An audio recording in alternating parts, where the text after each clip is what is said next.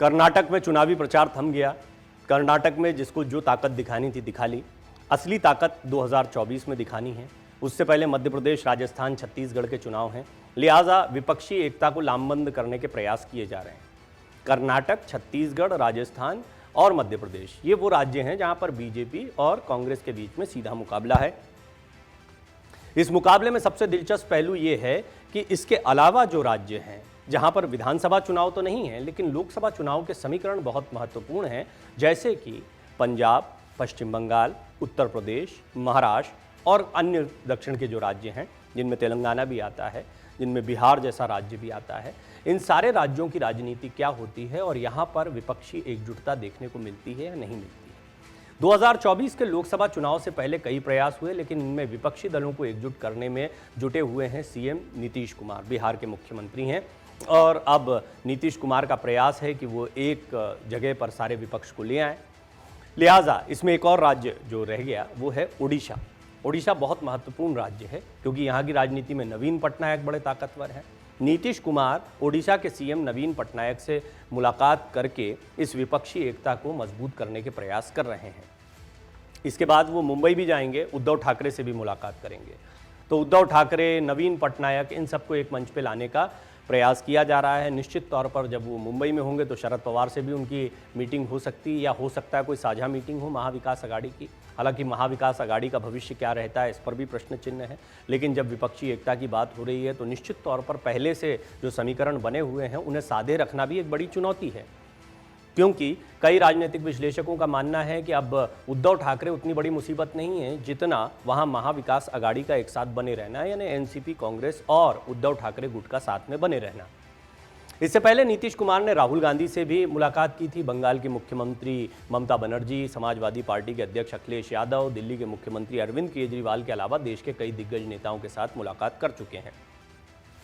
दरअसल भारतीय जनता पार्टी के खिलाफ विपक्ष को एकजुट करने की मुहिम पर निकले बिहार के मुख्यमंत्री नीतीश कुमार बीजू जनता दल के प्रमुख और ओडिशा के मुख्यमंत्री नवीन पटनायक से मुलाकात कर इसको और मजबूत करने का प्रयास कर रहे हैं। महाराष्ट्र की राजधानी मुंबई भी जाएंगे। उनकी योजना गुरुवार को मुंबई में एनसीपी के मुखिया शरद पवार और उद्धव ठाकरे से मुलाकात करने की है। खबरों के मुताबिक कर्नाटक विधानसभा चुनाव के नतीजे के बाद इस महीने के तीसरे हफ्ते में पटना में विपक्षी दलों की बैठक बुलाने की भी योजना है। कहा जा रहा है कि नीतीश कुमार शरद पवार और उद्धव ठाकरे को बिहार में होने वाली बैठक के लिए आमंत्रित भी कर सकते हैं। आपको बता दें कि नीतीश कुमार ने 6 मई को शरद पवार और उद्धव ठाकरे से फोन पर भी बात की थी। बिहार के सीएम नीतीश कुमार की शरद पवार और उद्धव ठाकरे से फोन पर बातचीत से पहले बिहार विधान परिषद के चेयरमैन और जेडीयू नेता देवेश चंद्र ठाकुर ने मुंबई में दोनों नेताओं से मुलाकात भी की थी। आइए हम आपको बताते हैं नीतीश की पटनायक से मुलाकात को अहम क्यों माना जा रहा है। बीजेडी ने अब तक विपक्षी एकता की मुहिम से खुद को दूर रखा है, ऐसे में नीतीश पटनायक की मुलाकात अहम मानी जा रही है। जेडीयू सूत्रों का कहना है कि पवार से मुलाकात के बाद पटनायक के अलावा बीआरएस प्रमुख और तेलंगाना के सीएम केसीआर को साधने की रणनीति तैयार होगी।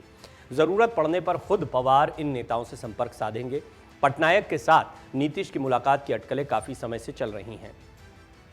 विपक्षी एकता अभियान में तो जुटे ही हुए हैं नीतीश कुमार। बिहार के मुख्यमंत्री ने पिछले साल केंद्र में सत्तारूढ़ भारतीय जनता पार्टी से नाता तोड़ लिया था। 2024 के लोकसभा चुनाव में भगवा पार्टी को हराने के लिए विपक्षी एकता अभियान के तहत कई जगहों का दौरा कर चुके हैं। विभिन्न राजनीतिक दलों के दिग्गज नेताओं से मुलाकात कर चुके हैं। हाल ही में नीतीश कुमार ने पश्चिम बंगाल के मुख्यमंत्री ममता बनर्जी और समाजवादी पार्टी के अध्यक्ष अखिलेश यादव से भी बातचीत की थी। इससे पहले उन्होंने कांग्रेस के पूर्व अध्यक्ष राहुल गांधी, राष्ट्रवादी कांग्रेस पार्टी के प्रमुख शरद पवार और दिल्ली के मुख्यमंत्री अरविंद केजरीवाल समेत अन्य लोगों से भी मुलाकात की थी। नीतीश कुमार की इस तरह देश के किसी भी राज्य के सबसे लंबे समय तक सेवा करने वाले मुख्यमंत्रियों में से एक पटनायक भी भाजपा के पूर्व सहयोगी रहे हैं। उन्होंने कांग्रेस और भाजपा से समान दूरी बनाए रखने की नीति अपनाई है। नीतीश कुमार ने जब ममता बनर्जी से मुलाकात की थी तो उन्होंने उनसे बिहार में भाजपा के विरोध में देश भर के नेताओं की एक बैठक बुलाने के लिए कहा था। नीतीश ने संकेत दिया कि ऐसी बैठक कर्नाटक विधानसभा चुनाव के बाद हो सकती है। कर्नाटक विधानसभा के लिए बुधवार को मतदान हो रहा है, जिसके लिए चुनाव प्रचार सोमवार को थम गया। कर्नाटक के नतीजे भी बहुत कुछ तय करेंगे। खासतौर पर विपक्षी एकता के 2 मोर्चे देखने को मिल रहे हैं। एक तो केसीआर नीतीश कुमार वाले समीकरण हैं, जहां पर कांग्रेस और बीजेपी दोनों के खिलाफ मोर्चा बनाना, पहले इसकी बात होती थी। लेकिन अब विपक्षी दलों को भी ये समझ में आ रहा है कि कांग्रेस को केंद्र में रखना पड़ेगा। नीतीश कुमार इसकी हिमायत करते रहे हैं, शरद पवार खुलकर ये बात कहते रहे हैं, अब तमाम विपक्षी दलों को भी ये ज़रूरत महसूस हो रही है। हालांकि इसका समीकरण क्या बनता है, खासतौर पर जैसा मैंने शुरुआत में ही बताया कि कुछ राज्य हैं जहाँ पर बीजेपी और कांग्रेस की सीधी टक्कर है, वहाँ पर ये जितने भी राजनीतिक दल हैं वो कांग्रेस का समर्थन करते दिखाई दें। एक छोटा सा उदाहरण कर्नाटक में देखने को मिला, ममता बनर्जी जेडीएस के साथ दिखाई पड़ी। जेडीएस के साथ तो दिखाई पड़ी, लेकिन उनका स्टेटमेंट क्या आया, बीजेपी को हराएंगे, जो भी हराएगा उसके लिए मुझे खुशी होगी, आप अपनी पसंद की पार्टी को बीजेपी के खिलाफ वोट दीजिए। ये स्टेटमेंट ये बताता है कि वो हर उस उम्मीदवार के लिए बात कह रही हैं जो बीजेपी के खिलाफ खड़ा हुआ है। तो ज़्यादातर जगहों पर कांग्रेस बीजेपी का सीधा मुकाबला है। तो अपरोक्ष रूप से देखा जाए तो ममता बनर्जी भी कहीं ना कहीं ये चाहती हैं कि जहां पर कांग्रेस और बीजेपी का सीधा मुकाबला है वहां पर कांग्रेस को फायदा हो, लेकिन खुलकर कितना है, परोक्ष रूप से ये समर्थन कितना सामने आता है, ये महत्वपूर्ण है। नीतीश कुमार की अपनी महत्वाकांक्षाएं हैं। नीतीश कुमार की अपनी पार्टी जो है हाल के दिनों में बिहार में काफ़ी कमज़ोर हुई है, अगर हम सीटों के गणित के लिहाज से देखें, वोटिंग परसेंटेज के लिहाज से देखें तो। अब वो जानते हैं, उन्होंने कहा है कि आखिरी चुनाव है तो वो पूरी ताकत लगा रहे हैं और केंद्र की राजनीति में खुद को मजबूत करना चाहते हैं। बिहार की राजनीति को लेकर भी वो काफ़ी सारे समीकरण सोच रहे होंगे कि आने वाले समय में क्या होगा, किसके साथ चुनावी मैदान में उतरें।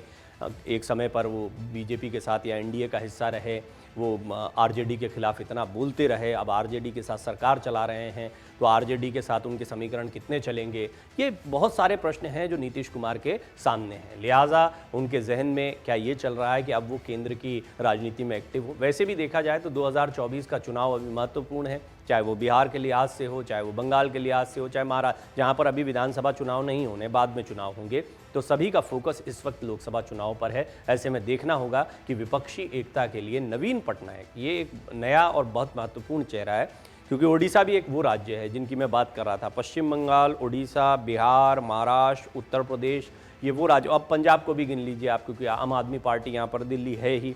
तो ये ऐसे राज्य हैं जहाँ पर विपक्ष ने कहीं ना कहीं बीजेपी को टक्कर देने की एक योजना बनाई है, लेकिन विपक्षी एकता का लामबंद होना बहुत आवश्यक है और इसी के प्रयास में इस वक्त नीतीश कुमार भी जुटे हुए हैं, अन्य राजनीतिक दल भी जुटे हुए हैं। कांग्रेस की एक बड़ी समस्या है कि कांग्रेस के छाते के नीचे सब आए, राहुल गांधी के नेतृत्व में आए या जो भी चेहरा कांग्रेस का रहता है उसके साथ में आए, ये कांग्रेस की बात रही है। और ये इसलिए भी वाजिब लगती है क्योंकि कांग्रेस सबसे बड़ा दल है, वो किसी एक राज्य तक सीमित नहीं है, पूरे देश में उसके कार्यकर्ता हैं। ये तर्क कांग्रेस की तरफ से कई बार दिया गया है। तो ये कुछ अड़चने हैं, ये अड़चने कितनी दूर कर पाता है विपक्षी आने वाले दिनों में पता लगेगा। मन से उजाला कर चले, मन से उजाला कर चले, एक अमर उजाला।